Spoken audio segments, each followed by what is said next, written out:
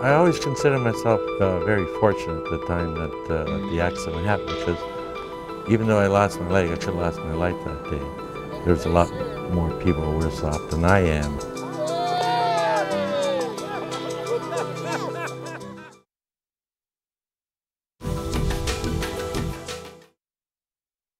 When he was 30 years old, Cal George experienced a work-related accident that cost him his lower right leg.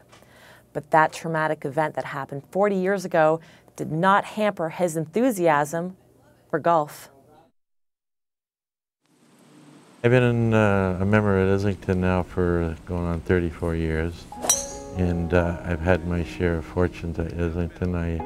In the early 80s and late 80s, I won 9 club champions here at Islington. And we have a membership maybe around 450 members at Islington. You'll have maybe at least, could be 40, 50 golfers that are almost close to scratch golfers, or 1 or 2 handicappers. And I was very fortunate to come out ahead 9 times. And after the 9th time, my friend Colin, he said, "Cal," he said, "you got to let somebody else win." So I won my last club championship in 1992, and I was 51 years old, so I was very proud of that. That's where you normally would like to be. Now you square the club face up. You can see the top of the line right there. Oh yeah, is that's square. beautiful. Yeah, right. Yeah. Which so now you got no excuses then? Is that what you're trying to well, you tell have me? less excuses. Okay. I didn't start golfing until I was around, I guess around 19. I was working at photo engravers at the time. Was my first job. People that I worked with there, they were going to the golf course. I was mostly into hockey and baseball. And then I decided one day to tag along with them and see what this, see what it was all about. So I did go out, and the first day out there, I enjoyed it so much that I just made sure that I was going to play it for as long as I could. I started working in CP Rail in 1962. I was down in John Street, where the CN Tower is now. I was a yardman when I first started, and I had worked in the yard for, I guess it was 8 years. And then in 1970, October of 1970, is when I had my accident. That night we were just finishing up our work. It was around 10:30, and I was up on the side of a boxcar, and they were I was going to ride the car into an alley and tie on some other boxcars. And when I went to reach for the brake, I slipped somehow, I don't know how, and I fell down onto the railing.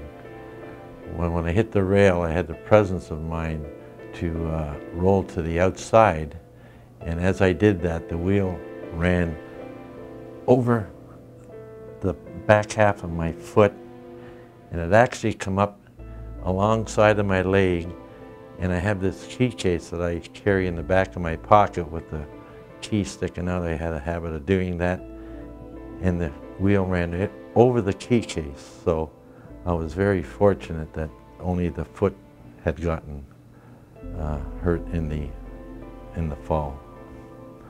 And then I guess I must have went into shock at the time, and next thing I know, I'm in the hospital, and I guess I was there for a good month.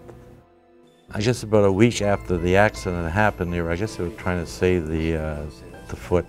The one doctor came in the morning and said to me, your foot's looking good. It's coming along pretty good. And then after lunch, another doctor came in and said, I'm sorry, but we're going to have to amputate some more. I preferred the first guy's analysis, but I had to go with the second guy. And these socks come in different plies. They start from 1 and go to 6. And this is a 6 that I'm wearing now. So you're a real little expert on all this stuff, eh? Oh yeah, I've had a lot of practice.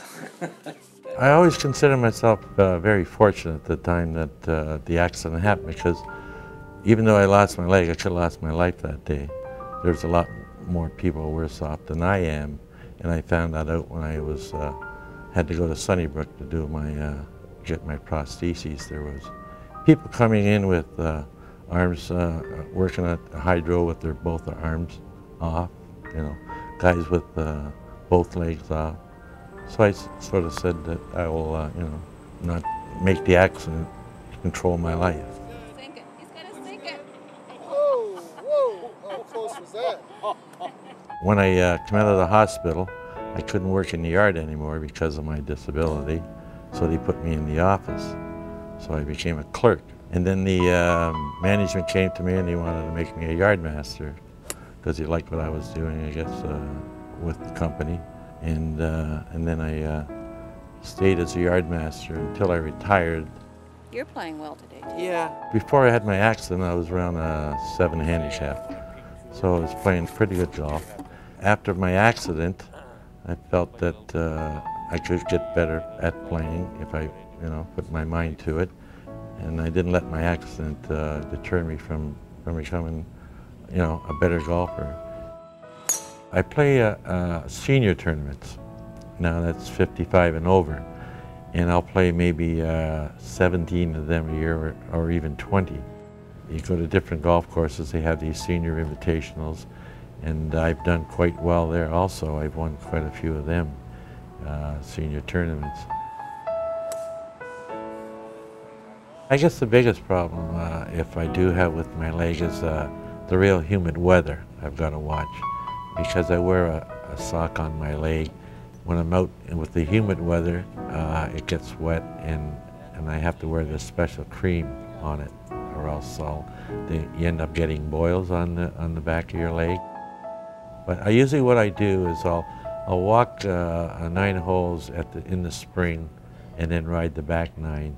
And then when the fall comes, I'll do the same because of the weather. It's better for me to, like, because I play so much, I have to really watch my leg, or else I could be sitting on the shelf for a week or so. What are you hitting there, Art? I'm going to hit pitching. I've been fortunate my wife does play golf. I remember when we first got married that she wasn't a golfer, and I would leave at 8 o'clock in the morning, and I wouldn't come home till 8 o'clock at night.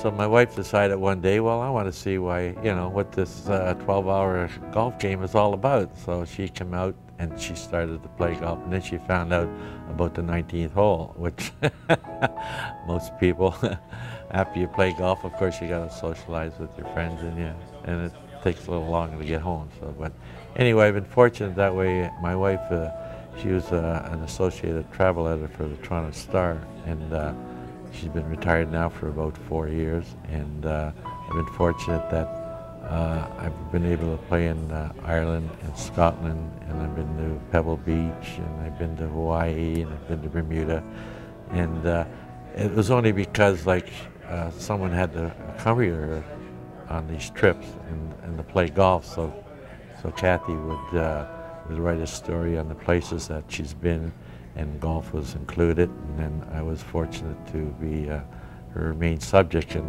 most of her stories. So I've seen quite a few, most of the world because of her. So it's been another blessing that I've had in my life. Oh yeah! Yeah! Look at this! Yeah! Yeah! Oh!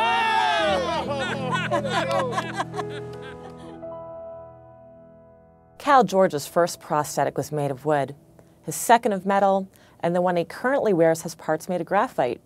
He jokes that evolution mirrors his golf clubs. Their technological advancements are similar to that of his lower right leg. That's it for this edition of Accessibility Toronto. I'm Shannon Fitzpatrick. Thanks for watching.